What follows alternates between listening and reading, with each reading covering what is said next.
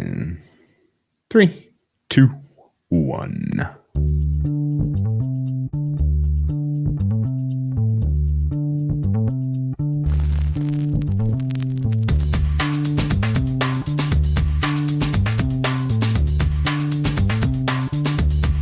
Welcome to the acclaimed podcast, The Deep Dive, featuring your esteemed hosts, Andy Monitor and Drew Dinzik, powered by BetSperts.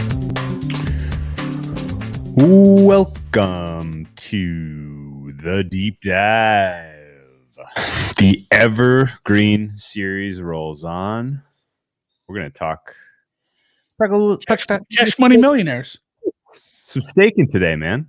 It is a beautiful Monday here at the Deep Dive headquarters west. Hopefully the Deep Dive headquarters north has gotten a little warmer since the frigid, icy week that was. I'll tell you what's not frigid and icy.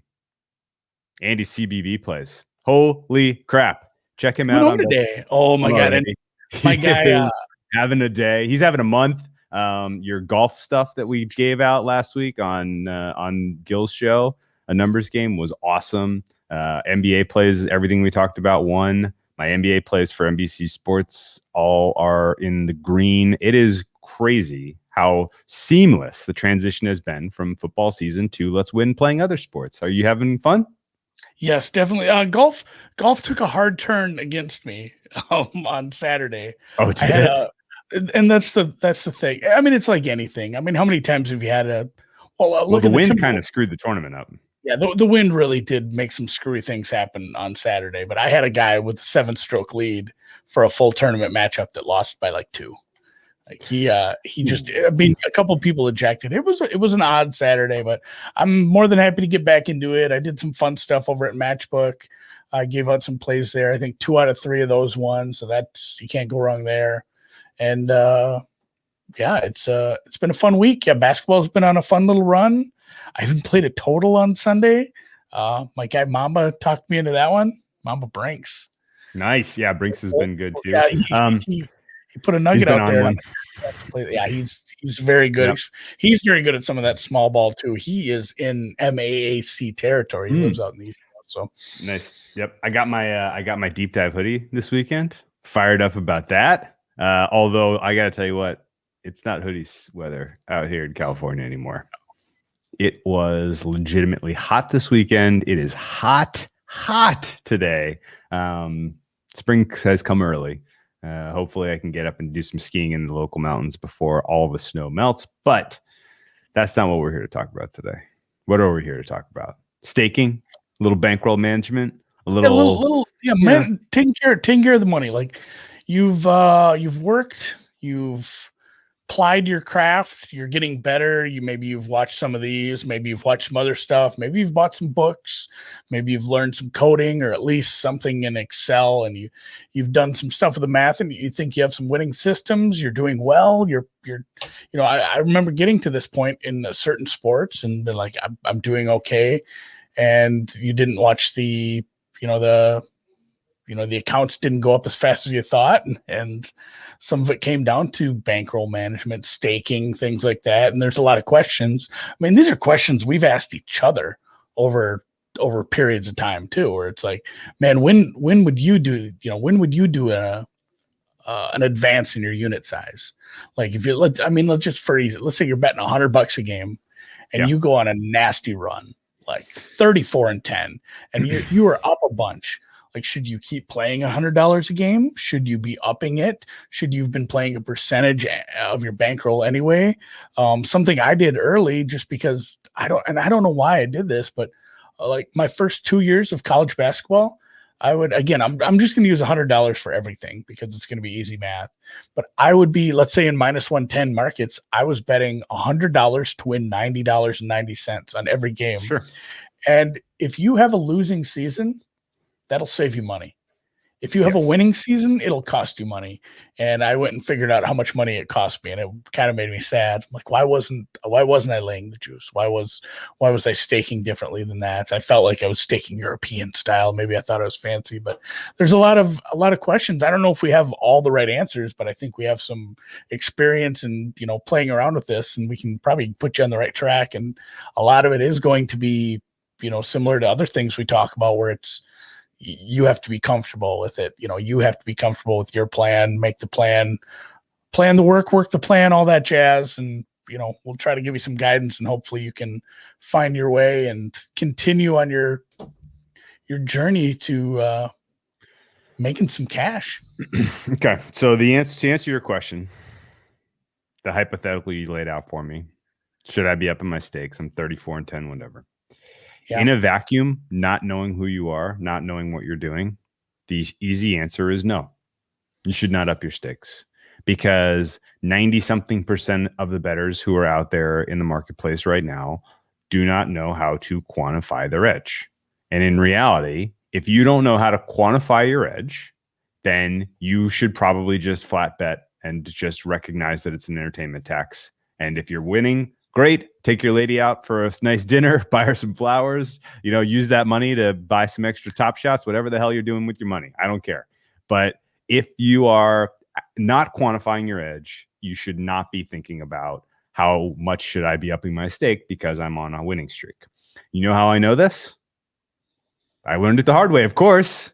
We learned a lot of these things. Of course.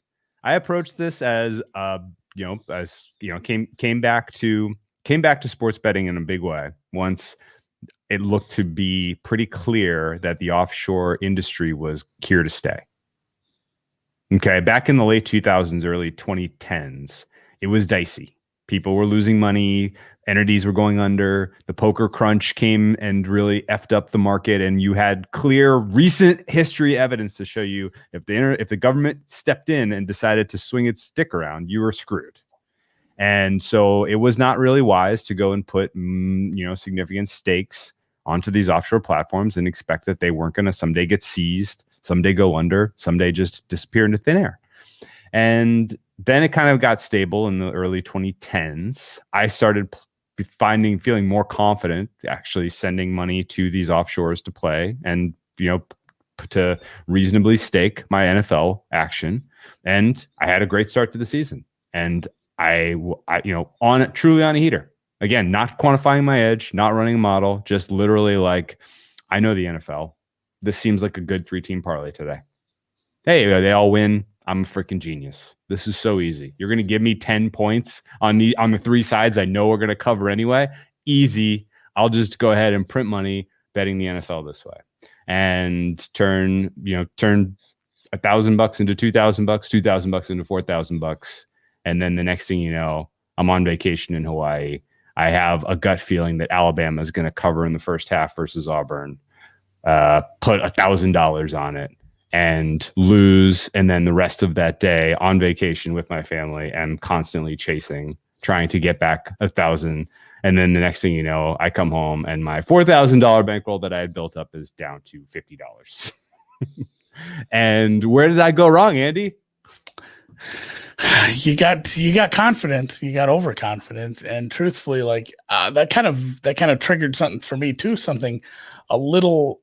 And this goes two ways, because I do have a story about this later probably, but a little bit of a tax that I used to pay even when I was getting decent at some sports, where it'd be like, I took the time, I was doing research, you and I would talk, we'd do our show, we were getting better at finding edges in the NFL, we were betting earlier in the week, we were finding some good stuff, and I would play 3 sides in totals, and they would be good, and And you know what? There's some predatory workings to this at some of the sports books or some of the shops that you'll use, where it'll say, "Hey, hey buddy, you want to throw those in a parlay too? It's right here. You can it's just one more field. It's right. You went 5-0 last week. Can you imagine if you parlayed them? Yeah. Well, no, I mean, it's right. It's right there on the screen where you're entering right where you're into the stakes, and someone will be like, "Oh, is this a parlay? Do you want to do those too?" But yeah, and I would do that. And again, let's just say $100 on 3 plays, and it's like I'll throw 25 on a parlay, or like I'll throw 25 on a teaser too. And then it's just like if you go 2-1, let's say you go 2-1 and you're up $90. You're not up $90 because you played a teaser, you played a parlay, you effed around with it, and all of a sudden you're only up like $40. And it's just a quick way to drain you when you have to just put those. That's just a little tax you put on your bankroll by effing around with stuff like that. No, absolutely true. And I think when it comes to staking, specifically when you're getting started staking, I think flat staking is important. I think flat betting is important. And I think, you should realistically come into a season with a plan where, you have a set aside, whatever bankroll you're going to play with for that season. If you got a deposit to a sports book, whatever, if you're going to play on credit, I guess you got to think a little bit harder, but, set aside whatever you think is a reasonable, amount that you're willing to lose every dollar of. And then figure out, hey, if I'm going to place this many bets and if I go exactly 50-50 on the season because I'm kept flipping coins, I'm going to lose blank. What's that answer? Are you, and reasonably then back out from that, what your stake ought to be. Okay. And then, so NFL season, how many games are you watching a weekend that you're betting on? You're going to make, let's say you make 12 bets a week, 11, let's do round numbers. Say you're making 10 bets a week on the NFL and then another 5 on college football Saturday. And then another, random 5 props you hear or a parlay or 2. So you're making 20 bets a week and you want to level stake across those 20 bets, recognizing that those are 20 coin flip bets and that your expected return on the weekend is going to be -2 units. And you're going to do this for 18 weeks of the season or 20 weeks, including the playoffs, whatever, you're expecting to lose 40 units. That doesn't sound like any fun at all. Okay. And if you no, but here's the math. So if you're going to lose 40 units in a season and you set aside $4,000 to bet, you're talking about only making $100 bets. Okay. And so thinking about staking that way when you're getting started, I think is a good jumping off point. Consider how many bets you're making a week. Expect a return of minus the VIG, and then extrapolate it over the course of the season. Now, presumably, if you're listening to this information that you're getting on our podcast anyway, or you're running your own numbers or whatever, even if it's not a finely tuned edge that you have a true number on, maybe you're doing a little bit better and you can consider higher than that. But reasonably, I think anyone betting NFL at $100 stake, $100 pop stakes should be expecting to lose about $4,000, $5,000 a season.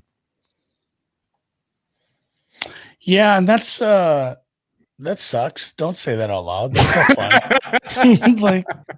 No, but that's the way you got to think of this. Because if you think of it the other way around, which is like, well, I'm only going to put $1,000 in, and I'm going to bet $100 a play. Guess what happens? You get 4 weeks into the season, you got to restake, you got to re-up, you got to redeposit. Put it maybe okay. This time I'm going to put $500 in. Okay, but maybe I'm not going to bet 100 anymore. Now I'll bet 50. Well, guess what? Halfway through the season, you got to restate, you got to re-up again, you got to redeposit again. Right. So realistically, I think that's the correct way to think about this, because unless, of course, you are actually quantifying your edge. And we'll get into that whole discussion later. But that's, we want to start with the basics and the square one. And literally, I'm not telling you this because it's, I read it in a book here. Like, this was how it went in 2014, in 2015 for me. Yeah. Period.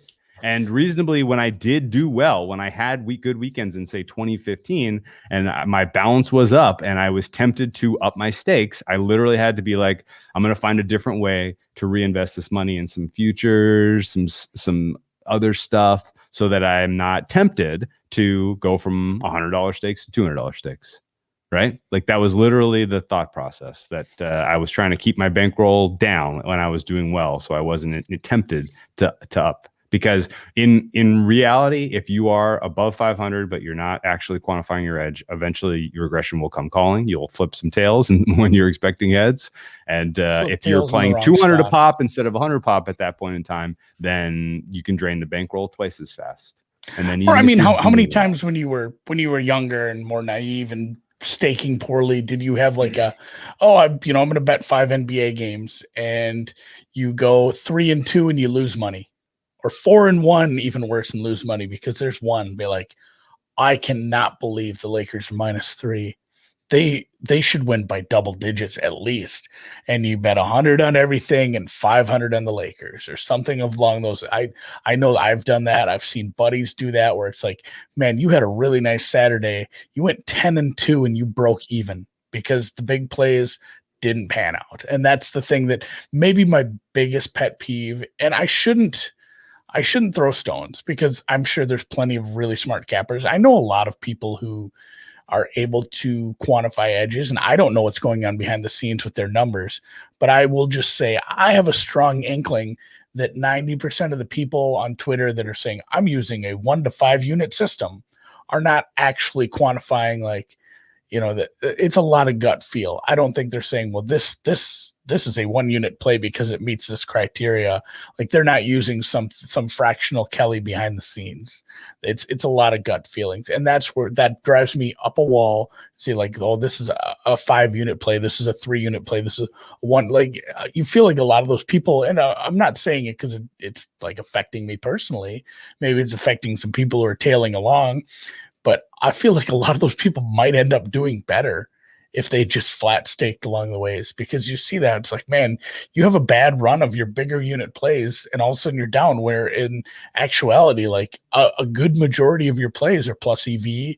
You would have won money over the long run, and you shouldn't be overstaking some of these. So that's kind of and I think that's something you should take in until you actually have a system in place, whether you've built that's not a word, built a model, built a built-in. I'm gonna coin that, actually. Unless you have, a numerical model, you have some sort of algorithm, you are building power numbers out that you trust and you've back tested, and you can say, the Lakers over the Nuggets is X amount percentage chance to win, and the Suns over the Kings is this X amount percentage to win. And there is a big difference in those. And you can say, like, I find this to be a much stronger edge because of all this work I've done and back tested, and I trust, and it's good. And then you can say, this is a 2 unit play. This is a 1 unit play. Until then, I'm not telling anybody what to do, but I would strongly consider just flat staking across everything, even to me. But and I wouldn't say that I don't with my college basketball. There are some that are much stronger. There are limit setting though. To fair, yeah. But also, like, even, I could tell give me 5 more accounts. You could like, double hit, triple hit, I guess. I could double stamp a triple stamp, or if I wanted, I could have you bet something for a bunch everywhere. Sure, that's true. And if I really said, oh, this is a crazy strong edge, I could have 5 different people go max bet it all over and get down a bunch if I really wanted to. But I bet them all the same because these are fucking 18-year-old kids, and there's so much variance in sports. Just in sports in general, the amount of variance there is. And maybe if I were betting totals, I would be more comfortable doing some different size staking. But college kids, college coaches, college game plans, end of game stuff, overtimes, the amount of variance there is in college basketball, I get enough heartburn watching the end of these games. So no thanks on that. And maybe in a different sport I could do some multi-level staking, not in college ball. So okay. And that's the question for you. If we're going on talking about our personal experiences, how do you differentiate? Do you differentiate your stakes in NBA? Because I know your model is fairly complicated. Yes. But... I don't, because I respect variance, and sometimes the bigger edges on I respect variance, and I respect the market. If I was doing market entry consistently overnight, then I would variable stake if I could, or double tap, triple tap sometimes if I could.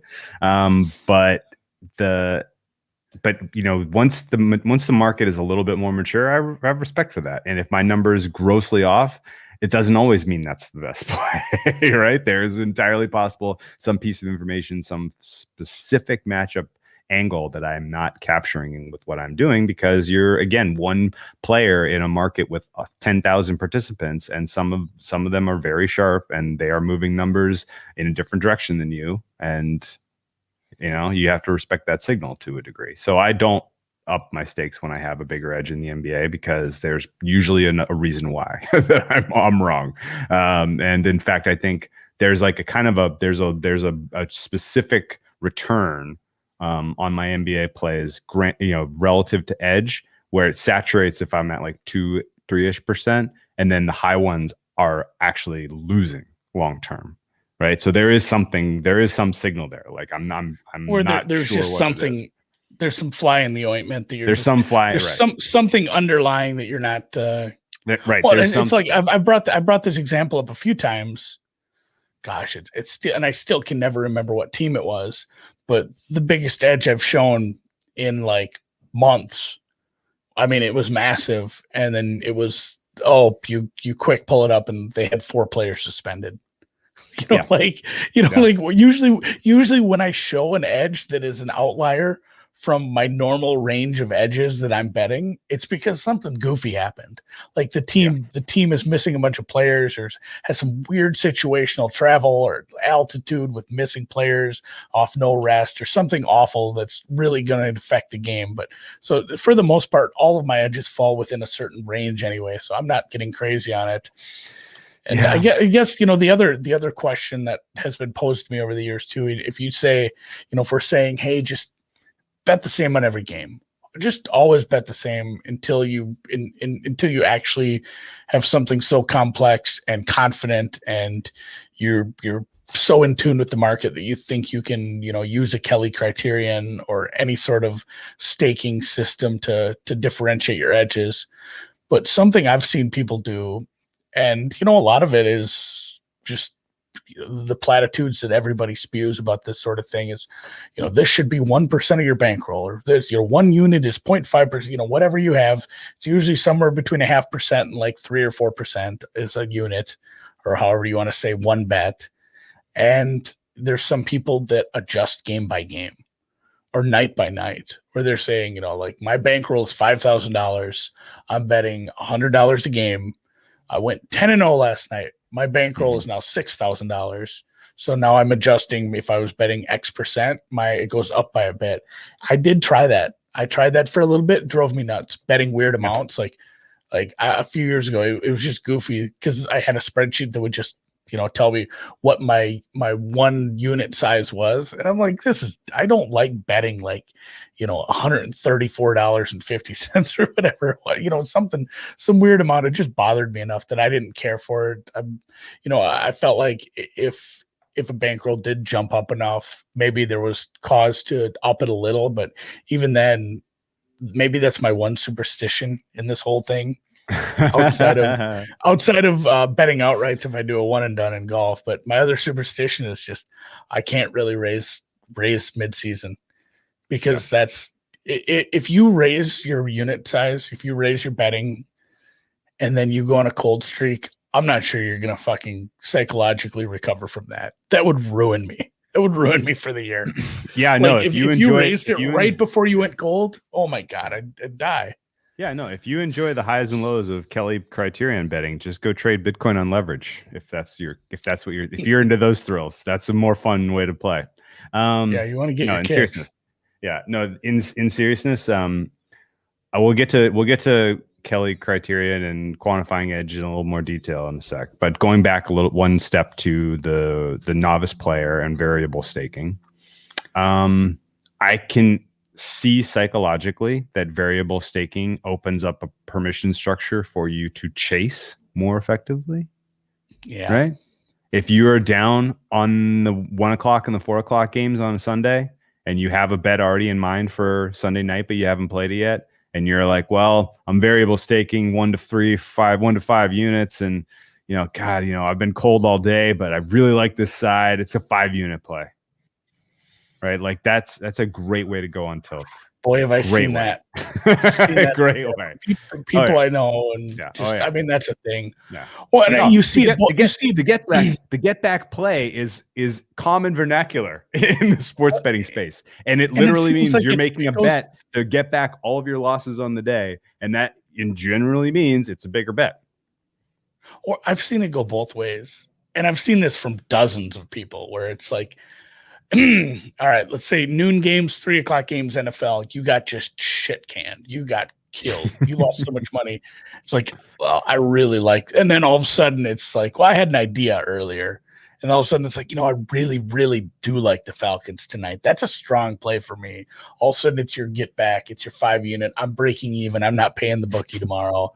And then on the other direction, it's like noon, 3-0, 3:00, 2-1. You're up a bunch. I'm playing with house money. This is a 5-unit play. Yeah.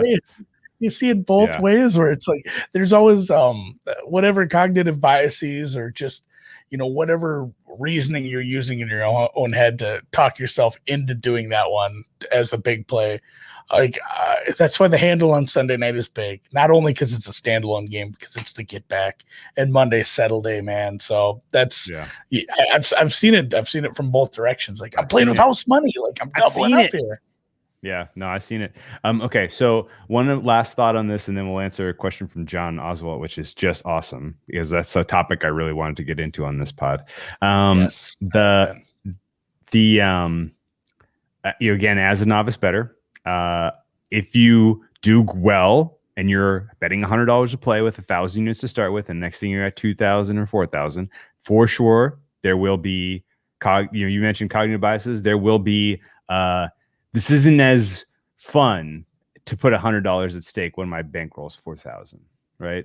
Like even more than just convincing yourself you're good at it, that the actual skin in the game, the risk reward sort of feeling that you reward that you get from making a bet is impacted by how much your bankroll is. And if you have a whole bunch more bankroll at stake, in your hand to play with, about $100 bet might not feel, especially, meaningful anymore.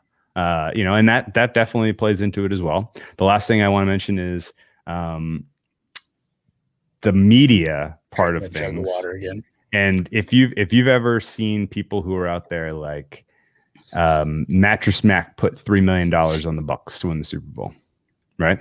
Or hey, we got this big better put 50,000 or 100K, blah blah. Like you do this long enough, you eventually that'll be entertaining seeing that stuff. Just like wow, like okay, they'll just let anybody play whatever if they think they're a minus EV better, they'll just write those tickets. They don't care. That's entertaining when you get in 10 years doing this, right? If you're new to this, one of the reasons that's effective marketing is because it moves the bar in your head as far as like, oh, it's like stake, like you don't want to have what's the right word? Like you don't want to be like, oh, I'm just staking $100 on these games. Like I'm not serious at this, right? Do you know what I'm getting at? Like stake size, just like the true, like the mechanism in your head where you're like, well, other people out there are betting a lot of money on this. Like, why am I only betting $50 or $100 on these games? Do you know what I'm getting at? That turns into a whole thing too. And I've seen that where people are, I don't know if they stake shame themselves but it's the same thing. Like think about when you were 19 or you're in college or just getting out of high school, like you needed a vehicle. You aren't going to go buy a brand new Mercedes or, some $75,000 pickup truck that's all, pimped out. It's just not how life works. Like it would be nice. And the same thing goes with those people. Like they have either they have a shitload more money than you to begin with, and they are willing to part with it, or they have built a bankroll up. Like you can't just say, well, other people are betting this much, I'm going to bet this much. It does have to be based off your bankroll. Otherwise, in the long run, variance is going to take care of that bankroll for you, and you're just going to have to start over anyway. And then you're not going to be able to bet bigger sooner. It works in the opposite way. It'll take you longer to get yourself up to a spot where you can be betting bigger amounts or a bigger part of your bankroll because your bankroll is bigger. So it does work against you that way. Like you just have to, it's a tough pill to swallow. You just have to deal with it. Like this is your bankroll. This is how much you're betting. And if that doesn't tickle your fancy and you want to bet more, you can, again, do whatever you want. It's a free country, but it might not work out very well. Yeah, but I guess I think the concept I was looking for was it triggers an inferiority complex when you start to see, these people are betting thousands of dollars. Similarly on the parlays, like you read somebody hit a 12-team parlay and they made $50,000. It triggers it triggers in the back of your brain like, shit, I can do that. Like I've been right 12 picks in a row before, like it's definitely last month. Yeah. All of that stuff is designed to get you to stake more, to not, to be, because again, what's the average stake for a punter in the UK? £5? It's like $4. Literally. Yeah. It is something like they've got it figured out over there. It's fun. It's recreational. It's not like, let's say you go to the gas station and you buy a scratch off. Like, you're not, give me $600 worth of those. Like for some reason that, I know people who do that actually, but it's like you're fine. If somebody wants to have fun and do a scratcher, like most people are fine. Just give me a $5. The $5 one or $2 one or whatever. But for some reason in betting, you do see that. And that's the thing. If you look at some of these numbers, if you follow Captain Jack or Alfonso with some of the news and you see how these books are doing on their handle and how much they're doing on parlay money, like the fact that you're seeing one of those from their PR Twitter account every day, like this guy turned $4 into 75,000. Not a bad night. Like, yeah, they also like that guy turned $4 into $75,000, and that book still made a bunch of money on parlays that night. Like that's a drop in the bucket. They still crushed everyone. They're not no PR account's gonna be like, hey, we had 300,000 of these placed last night, and this is the one that won. Best thing that can happen. Availability bias. Best thing that can happen to them. Somebody hits a huge parlay, you get to go now make news with that and convince other people to do it too. And then even that guy and that parlay money won. What are the odds that that's all coming back? 99%. I mean, it all comes back, man, eventually. Like realistically, like the biggest wins. And that's the other funny, crazy thing about profiling players in the US and what they're doing nowadays. And, profiling sharp players and not taking their action based on like small sample size. Like, come on, like 90 something percent of these people aren't winning long term. Like they're going to eventually, if they do well over a small sample size, the chances that they're going to give it back betting other stuff, continuing to bet that sport with bigger staking, like it all comes back. Like it does feel very short-sighted to profile customers and really limit anyone's action, period. Even the known sharp players who are long-term winners. It begets more. Like, you remember when the Jets beat the Rams? I do. So a guy I used to work with, he sent me a ticket that evening. He'd parlayed Jets money line with like 7 favorites from that day that won. Like, and I mean, he turned whatever, like a few bucks. It was, like $25 into like $2,000 or something silly. And oh boy, it was not. It was an offshore. None of it made it to the Super Bowl. Did a dollar make it to the Super Bowl? He drew a bunch of it out. But I said, okay, you drew all of it out. He's like, oh God, no! I left a bunch in there to make way more of these. Like even he knew. Like I gave him shit. I'm like, that's the worst thing that's gonna happen to you. He's like, yeah, I know. I had to like really struggle to say I should take some of this money and like buy something with it or do something with it instead of just leaving it all in there and pissing it all away. Eventually, he's like, I did leave a few $100 just to play around with and do more of these. So I mean, even that is tough enough. And I mean, he doesn't do crypto, so he paid like a wire fee to get that money. Oh, like, no! It was like if he had taken that $2,000, if he had taken that $2,000 out in the middle of December, he would have $50,000 now, right? Oh no, it hasn't gone up that much. He would have like $15,000. Yeah, it's probably gone up like a multiple of 6 or 7. Yeah, I mean there is that, but I mean that is the thing. It's availability bias. Like everybody, you read about a shark attack, and like, oh my god, a shark attack, that's awful. And it's like, if you actually look at the statistics, you're more likely to be killed thousands of other ways that are Yes. much more mundane that do not make the news.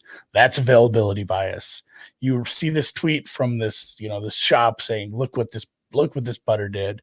He took $10 and turned it into a house, or red paper clip into a house shit, right? And that's the thing. They're going to show you that. Now you can't fault them. It's their marketing. It works. But you're not seeing the other 200,000 bets that week that didn't win. All these long shot parlays. So just don't let that stuff creep into your mind too much. And I know it's difficult because the thing about a cognitive bias is you don't know. ingrained. Yeah, you don't know no better. Yeah, that's right. All right, let's pivot into talking about what we do now. Now that we have a couple of years experience doing this, and we've paid our tuition in this space, and we've come up enough to where we're not, reloading accounts every quarter of a season. And let's use John's question here to jump off. Does the type of bet ever impact your stake, future, pregame, in-game? Of course, I'm sure much longer futures get smaller stakes. That is a fair point, and it really is. When it comes to futures in particular, I'm mostly looking at you're governed by what's the payout, what's the limit, right? If you're playing at an offshore, if you're trying to get like a 40-1 on an MVP in the NFL, something like that, you're probably only going to get a couple $100 down, right? You're not going to be able to get $1,000 bet on a 40-1 very many places. Now you can use multiple accounts, you can use multiple shops, you can tie up lots of bankroll, but for sure you have to keep in mind whenever you're placing season-long action that you're taking bankroll away, you're taking credit away from being able to use that bankroll towards game-by-game betting. So if, again, going back to the conversation we were having before, like you're going to play the NFL season, you're flipping coins, you're expecting to lose 40 units, you start with 4K. You're going to make $100 bets.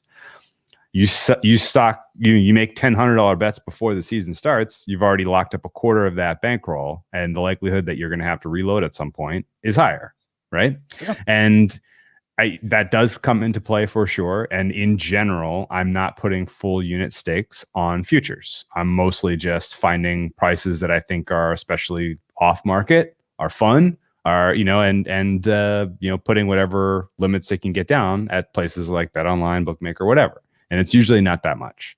When it comes to game by game betting nowadays, what I do pre-game or even in game, I would say I am very consistent in the NFL betting pre-game at Nitrogen Sports. Don't want to give them free pub, but whatever. I don't care. They've been very good to me over the years. Betting with Bitcoin, betting when stakes go up. Usually Tuesday morning, I'm getting down when limits are kind of intermediate. I'm not a limit better when, Sunday morning limit better.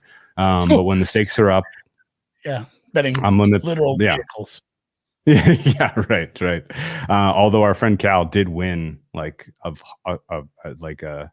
small house on that kicker prop. Oh, I thought we were talking about I'm talking blackjack. Yeah, I was on blackjack. Yeah, but yeah, no, I'm level staking in the NFL when the limits go up on like Tuesday morning, Wednesday sometimes.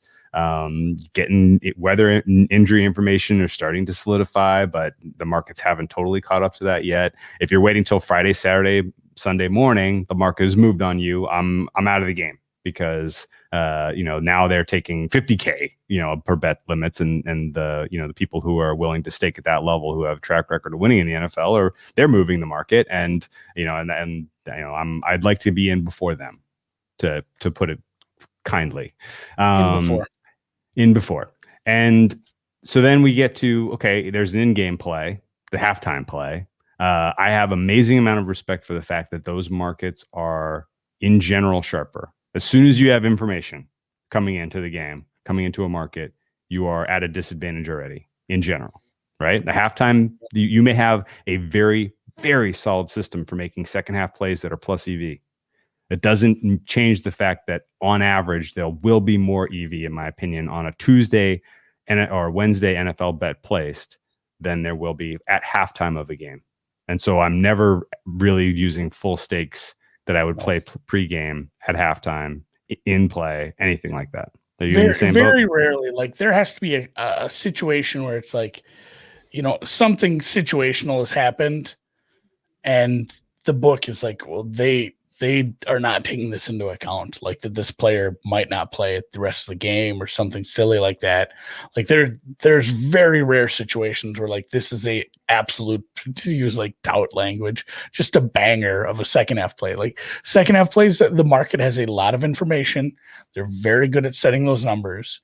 That not only is that stuff, there's plenty of algorithms for where those should be set at based on how the game's gone already and what's going to happen in that situation. But there are, most of those lines, there's active traders putting those numbers that know what they're doing. So same thing. Like my biggest stakes would be obviously pregame stuff, second half, live betting, anything like that, derivatives, props. That is going to be smaller stuff just because actually props maybe shouldn't be. Some of that stuff is pretty easy to beat if you know the right people or have the right numbers. But somebody asked me that, like, do you ever not bet just one unit? And the answer is yes, when I bet less than one unit. Like there's many times I don't bet one unit. Yeah. It's when I bet half or a quarter or a tenth, because it's a like the question from what was it, John, or I hate to John, it was John as well. Right. When it's a long shot future, I'm not level stake. If it's 100-1, I'm not putting a full stake on that. If it's something silly, if it's a derivative, those are halftime plays. Those are not bet as big as full game plays when we do our halftime shows. Any team total over that, when it's the secret pod play, those are smaller bets. Everything like that, you do need to scale it back, because a lot of that it's not your bread and butter. It's not what you're working all week towards placing.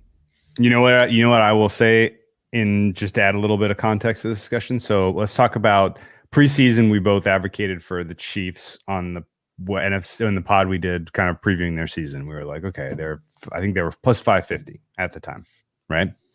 I don't have a problem putting one unit down, a same size staking as I'm going to play in game to win 5-6 units, whatever. That's a reasonable return considering it's going to sit there all season.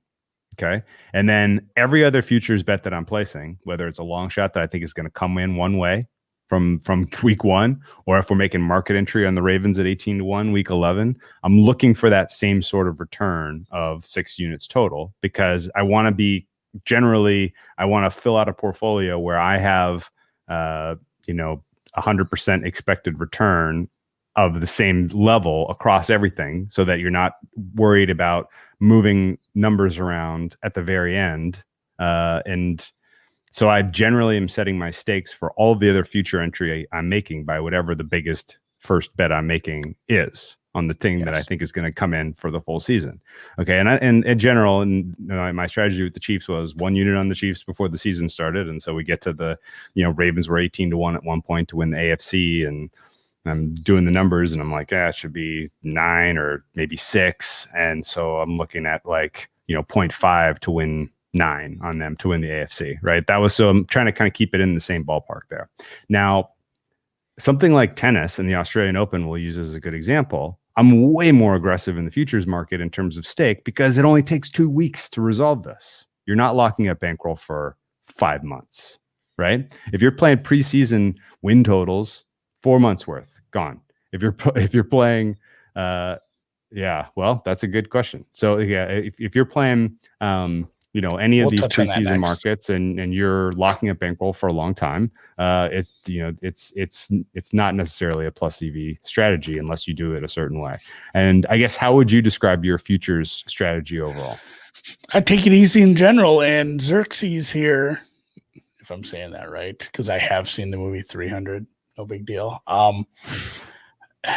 The hold is terrible. Like, I take futures lighter. You said you played the Chiefs for like a full year. I didn't. I don't. Even lower odds ones. Maybe tennis, if it's a big favorite or something, I'll go a little bigger. But for the most part, futures are a small part. They're fun. I enjoy hitting them. I enjoy winning, but some of the holds are nasty. This is something we explored the other year with the MVP market in the NFL. you took a snapshot of the MVP market.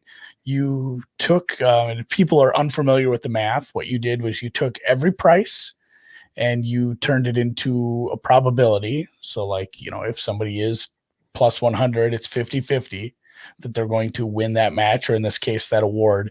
You took all those prices, turned them into probabilities. And then if you add up all those probabilities, you would think, well, that should add up to like 100. No, it adds up to like 180 because it's a tough market like that. And that's what the question here is. The hold is awful in these. The hold on a game is 4.5%.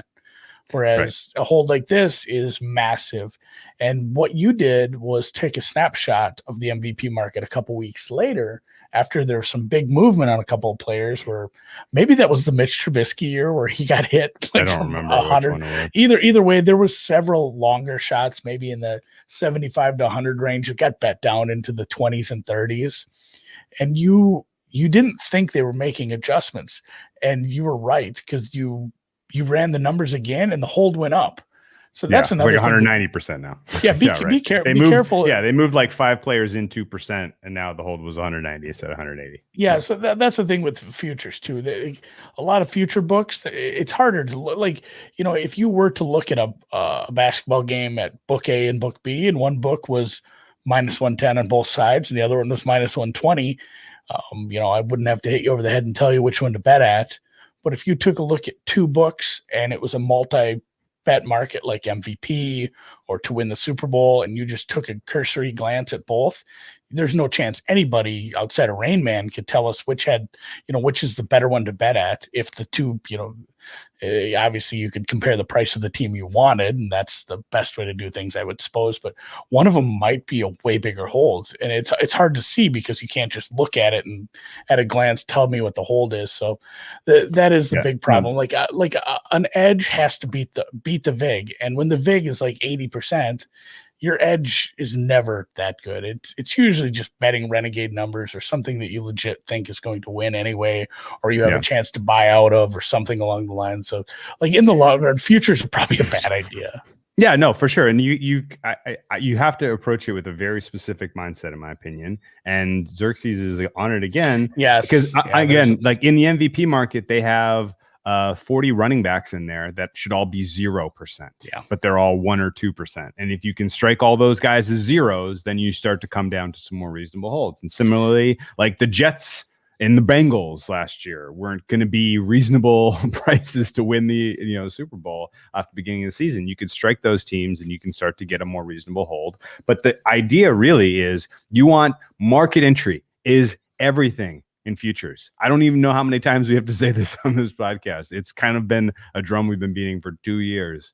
But you do not play the futures market like you're looking into a crystal ball, like you have some special vision from God that team X is going to win, and that's the only bet you're placing at the beginning of the season. You absolutely have to think of it as, is this the best price we will see on this team? Because I want to place 5 or 6 bets across the teams that I think all have realistic shot to win, but I want to get the best price on all of those teams so that at the end of the day, I have 100% probability to pay a future, but my hold is now negative. And so you are capturing that value, right? Because if you're getting a 6-1 on a team that ends the season 3-1, you got 18-1 on a team that closes the season 6-1. You do that for enough teams, you're going to be able you'll hit some, get the hold in your advantage. And you realistically, you want an 80% hold. And the good point from Xerxes there too is the fact that, and this has kind of been a long time coming, and it's a risk management thing, because there used to be, when the Rams won the Super Bowl, there were people that had 300-1 tickets. When Leicester won, there were people that had 5,000-1 tickets. The fact is now those numbers are more realistic, and like the Jets and Bengals, Jets, Bengals, Jaguars last year, they probably should have been like 1,000-1. But in the odd case, there's some weird trade or something happens, or just there's some injuries. Nobody wants the liability on 1,000-1 shot because of the Jets probably win it more often than, it's sad to say, that, like, I'm having trouble putting those words out of my mouth. The Jets likely win the Super Bowl last year more than once in 1,000 times. Like there's something, something wild can always happen. And I mean, just look at, again, like the Rams when they won, they were 300-1. Books don't like to pay out things like that. So they do have to overrate these long shots. It creates the hold, but yeah, like a lot of these holds, it's more in the 120 to 130 range. And then, the next like 50-60% is just garbage that has no chance. You can say that in a lot of championships. Like there's teams, they're going to put prices on the Timberwolves to win the NBA finals. Like that, That's just not a thing that's going to happen. The Hawks are not going to win the title. They have to put prices on those take up a part of the market. Like the good point, Ben Xerxes, like when you look at the actual realistic chances, the hold isn't as bad, but it is something that you have to beat. And I think that's kind of what we put into our preseason work is let's look at these teams. What should we bet now? What should we bet during the season? Your two choices should be right. Exactly. You said it exactly right. Your two choices are don't play the futures at all. Forget it. Or make a plan. And then speaking of making a plan, John Oswald, again, with another great question here. Seems like I'm totally naive to think there's an advantage to bet some sports in game instead of pre-game like tennis. Seems like you can adjust faster than the book on the Dimitrov match. That is exactly the case for that match. Now again, here's the thing: you need to have a plan. You can't just get in. Go expect to watch a match and see the magical angle and make the bet in game, right? You absolutely have to sort of, say, okay, well, I'm going to set aside this portion of my bankroll to make in-game plays. And if I see something that the book is not adjusting that's qualitative that I can capitalize on quicker than them, then I will do that. And that probably has a higher expected return than pregame betting, but your overall volume doing that is like 1/50th, 1/30th, right? Like I could, what I could say? You know what the highest EV play I made all year was? The national anthem over. Guess what? I had one of those this year, one, right? So it's not like it's not a year maker, right? you gotta recognize the fact that you're only going to get a handful of shots at in play, missed prices, and you can do well on that. And I have done well on that in the past and thought I had like a skill at that, and then turn out that then you end up starting to force things because now you've watched like 10 hours of tennis, like 5-6 matches, you're getting kind of tired of tennis and you're like, I'm still waiting for this obvious guy to break down and quit and I'm not seeing it. This guy kind of looks like he's breaking down and quitting. All right, let's go for it. Let's fire away. Right. And now you're making a coin flip bet without actually, having a plan or having a strategy in place. So that's the thing too. It's similar to, you have to be comfortable staking plays that are going to lose a good majority of the time. It's similar to players who bet underdogs in baseball, hockey, money line sports like that. Players that bet underdogs in soccer, horse players who are comfortable winning like 20% of the time or less, probably less. Yeah. On some of these way less, I would expect a successful horse player. Like futures are similar to that. It's this bet, which was a good bet, is going to lose many, many times. And you're just going to have to keep after it, make good bets, make good market entry. Like the numbers are tough. It's tough to overcome the VIG and futures. You just have to, time the market entry and say, like, is this a bet on team now, later, or never? There's 3 options on that. And if it's later, the later can often turn into never, because it's like later, if the Packers lose these 3 games that are tough off the bat and the Vikings have an easy schedule, they get a couple winners and all of a sudden the market is flipped and the schedules will be easier in the inverse later in the season, and we have a nice market entry spot. If those things don't happen, you have to be sticking to your plan, sticking to your guns. You can't be like, oh, I was so excited to bet the Packers in week 5 to win it all, and it didn't work out that way. And if you don't stick to the plan on that, you're going to piss. Again, that's another good way to piss money away. Like, well, I really wanted to place that bet, so I'm going to do it anyway. You know what? Before we get to baseball season and we'll do a baseball pod with a good baseball bettor, we'll do our futures, kind of a futures evergreen, because I want to get into this. We're getting way off topic. I like it though.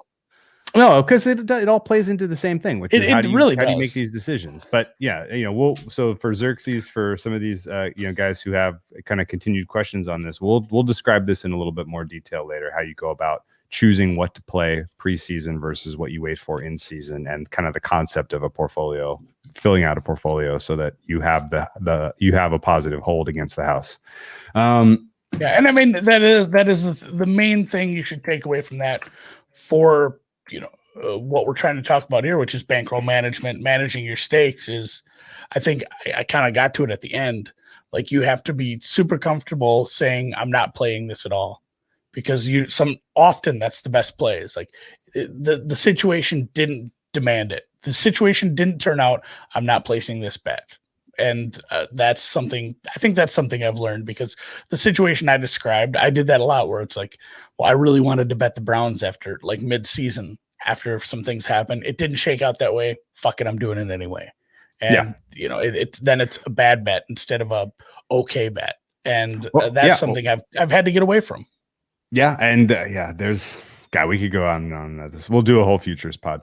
We'll do looking in, we'll do a futures evergreen crystal ball. It'll have to have a crystal ball thing in the. Yeah, that'll be fun. Okay, so any other kind of macro level stuff about kind of staking that you want to touch on today? There was you guys sent me a couple of good notes before we started this. Kelly betting, you want to touch on that real quick? It would be okay. Let's pretend now we're going fast forward. You've been doing this for 10 years. You have an advanced degree in mathematics. You have a set of tools and algorithms and skills and Python code up the wazoo to scrape data and run a machine learning math model and craft a very impressive quantification of your edge. You back tested it over 10 seasons, or in case of the MLB, you've back tested it to World War II, and it's a great system. And you're ready to go fire away on this now. Kelly criterion is ultimately the correct math answer to how you should be staking. If your edge is correct and you are you've quantified it correctly, and you have an unlimited bet sizing, because eventually, if you're starting out with $100,000 and you're like, okay, we're going to turn this $100,000 into $1 million. At some point, if you're expecting to place, multiple $100,000 bets, you are going to run into issues of scalability. And that happens to a lot of very, very good players. Scalability is a huge problem even if you're trying to bet into a liquid market. Okay. But let's say that you're pre-game betting, close to tip off in the NBA. You're going to make 600 bets on a given season. You're going to hit them for the limit, and you want to, or the limit's 50 grand at tip, and you're going to start with $1,000 and Kelly bet your way up with the massive bankroll. That is the correct way to size your bets, period. It's the mathematically correct way. And it is volatile. It is absolutely subject to extreme volatility, because even if you absolutely correctly quantified your edge, you are still subject to the whims of a ball bouncing around and 10 players on a court at a given time doing insane things, and referees calling double technical fouls on Draymond Green, and just all kinds of stuff. All kinds of stuff can go. We should post and anyone, we won't get too in the weeds on the absolute math behind Kelly. But I mean, anyone, I think we should take a quick step back. Like real basically, if someone doesn't know what Kelly criterion is, if you can say, I have a bet I'm going to make, this is the line, this is the edge I have. Let's say it's -3, you make it -5, or it's an even money bet and you think it should be priced -130. You take that edge, you build it out to a percentage, and you can plug your percentage in and say, this is my edge. It'll tell you what percentage of your bankroll to bet based on how big your edge is. That's all there is to it. It's a little more complicated, but really it's kind of not.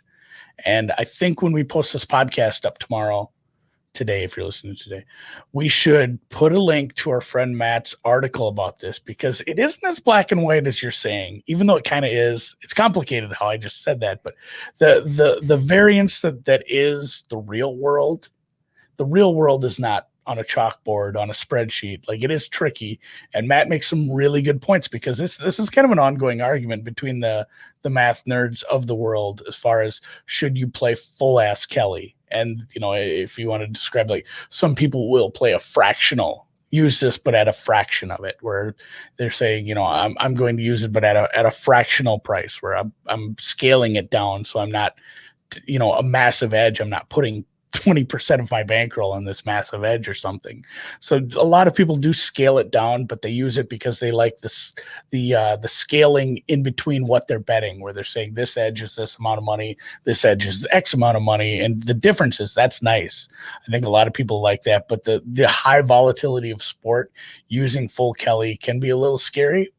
And then really, and it's funny, because once you get to the point where you have this 7, 8, 9-figure bankroll, or that amount of credit, or that amount of outs and runners and beards and bets, and the fact is, once you get to that point, you're hitting a ceiling anyway, and every bet's going to probably be the same amount, because you're just going to bet as much as you possibly can on every bet, and it becomes moot at that point. So it kind of gets silly once it gets to that range anyway, for like a true professional, a true syndicate, a big group of professional bettors. But for your, if you're listening to this and you want to do something, I think a lot of people, if they are using something, if they've built out a model and they're comfortable with an edge, like, using a fractional Kelly would be not the worst way to start. I would start tracking it.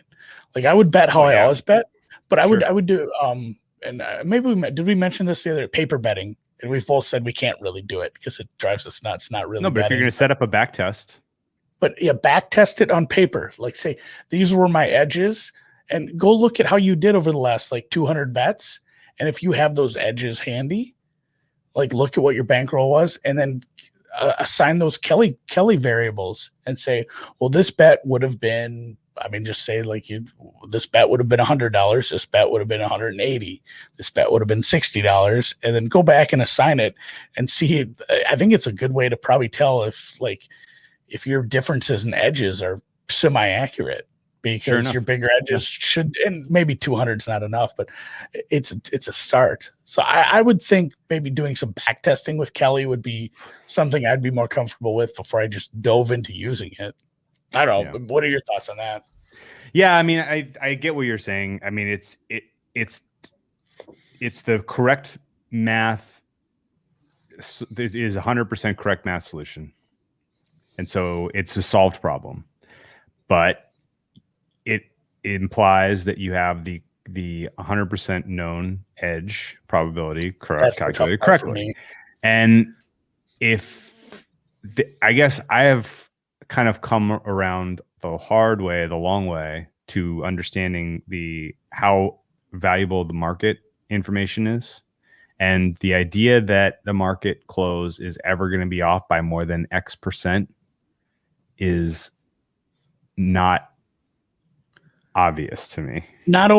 Certainly not over a big enough sample. Do you know what I'm trying to say, though? Like, yes, is a 20%, like, you calculate 20% edge, is that possible? No, probably not. Probably not. Maybe if you had some information, if it was an informational situation, sure. That's your one-off, though. Yeah, one-off stuff like that, where you have some stuff like that. But like that's the problem I have with 100% full Kelly. It implies that your edge is correct, and your edge to know that your edge would be correct would imply that you know the future. Yeah, you know what? If somebody came, if somebody came, a very liquid market, right? If Biff Tannen from the future came to you with an almanac and gave you an almanac, but it didn't have the scores, it just had the closing lines on every sport, on every game, your strategy would be the closing price is the true correct price. Oh, I like this exercise. The opener. I'm going to calculate my edge based on the difference between the opener and the closing correct true price, and I'm going to Kelly stake based on that. Yeah, I would do that. That would be your plan, and you would print money for eternity. And you'd open a casino in the hellscape alternate 1985, with Leah Thompson. She got a breast enlargement in that version. Yes, she did. Yeah, that's and true. I think Biff they might have killed. just put her in a push-up bra. I couldn't really tell. Well, no, I don't think they actually did surgery on her for the movie. And then Biff had She's actually wearing prostheses. Killed Marty's dad. Yeah, that was the principal. Oh, that's a good. The second one's the best one. It is the best one. It took me a long time to get to that conclusion, but it's second best. And I mean, again, Xerxes, who is the guest host today, because he's bringing up a lot of good. I mean, just bringing up a lot of good points. It is too aggressive for your average person to use it. It's tricky because to know that your edge is accurate is impossible. That's what it comes down to. And you can watch Seth and Matt duel that out. We should have those on and have them yell at each other for an hour sometime to go over the math. But we will post Plus EV Analytics article that he wrote about this last year. It has some pretty good points about why it is probably too aggressive for the average person, why you don't actually know what an edge is, and why fractional Kelly's probably more accurate because you are just still guessing at an edge, no matter how accurate you think you can get a model to be. So, should we kind of? I don't want to say we need to be done right now, but if you had to take everything we said for the last hour, and you're let's not say a beginning better, but like a rec, pushing rec plus better. You're starting to find some edges. You're putting together power numbers, doing stuff like this. I mean, would the takeaway be just take it easy with your fucking staking? Like, flat bet, don't go nuts right now. Save that for a little later on in your progression. That's fine with me. The alternative is have a plan and stick to it. Yes, I like that.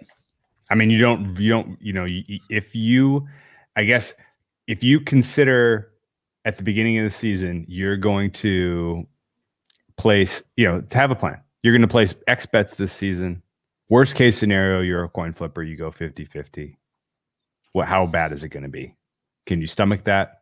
Is that going to cause stress in your life? Is that going to cause you to, have negative outcomes in your life? If so, then you need to reduce your stake. I think that's realistically the right approach for any person, even somebody who's been doing this for a really long time. I will self-evaluate before I go into next season if I want to continue placing limit bets at Tuesdays and Wednesdays of nitrogen, or if I want to try something more aggressive. I will think very hard about it. The trade-offs are real. We had a long conversation about your NBA staking. Yeah, right. For sure. Yeah, it's agonizing. There are trade-offs. You scale up, you have more market influence, and all of a sudden you lose some very important aspects if that you are afforded if you aren't. It's like extra games in college basketball, and you don't bet a lot into that market, but it's not an issue. And I think that is something to take into account for things market to market. There are big market differences. Like, I made 3 bets tonight. 2 of them are 3-digit rotation numbers. One of them is a 6-digit. It's an extra game. It's a SWAC game. In fact, we're sitting here 45 minutes after it was supposed to tip off. It is not tipped off yet because these smaller conferences, when they go to someone else's school to play, they bring the girls' team too, and the girls play first. And if the girls' game takes too long or goes to overtime, the men's game never starts on time in some of these small conferences. So, I mean, aside from that, like if I bet into this at a few accounts, I can't bet as much on that game. And that's something I've wrestled with. Like, are my edges smaller on these extra games because they're low limit weird markets, or are they the same? And I guess that's something I have rotation numbers for all my bets. I should go back and look how I've done just on extra games, because in the end, like, I should actually have 2 more accounts that I'm just betting more to even out my stakes, because I'm betting less on the extra games and I might be leaving money on the table. So I think what you said is very accurate. Like, not only evaluate and have a plan for next year, but evaluate how you did this year, how your staking was, and if you should make changes, because now I'm in my head about that. And I'm wondering if I've been just like sweeping these extra games and leaving, I mean, in some cases you only bet half as much on these. last places. So definitely evaluate your strengths and weaknesses and make a plan for next year or the next season or next month, however you want to start planning it out. It's your money. I dig that, man. Good advice for people. Hopefully you guys enjoyed this podcast. We will continue doing our Evergreen series on Mondays into the future, and we'll have some fun and interesting interviews along the way as well. Best of luck as you continue to crush college basketball or whatever you're doing with your off season.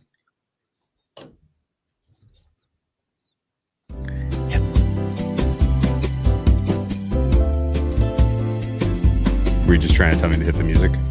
I did tell you to hit the music. Oh,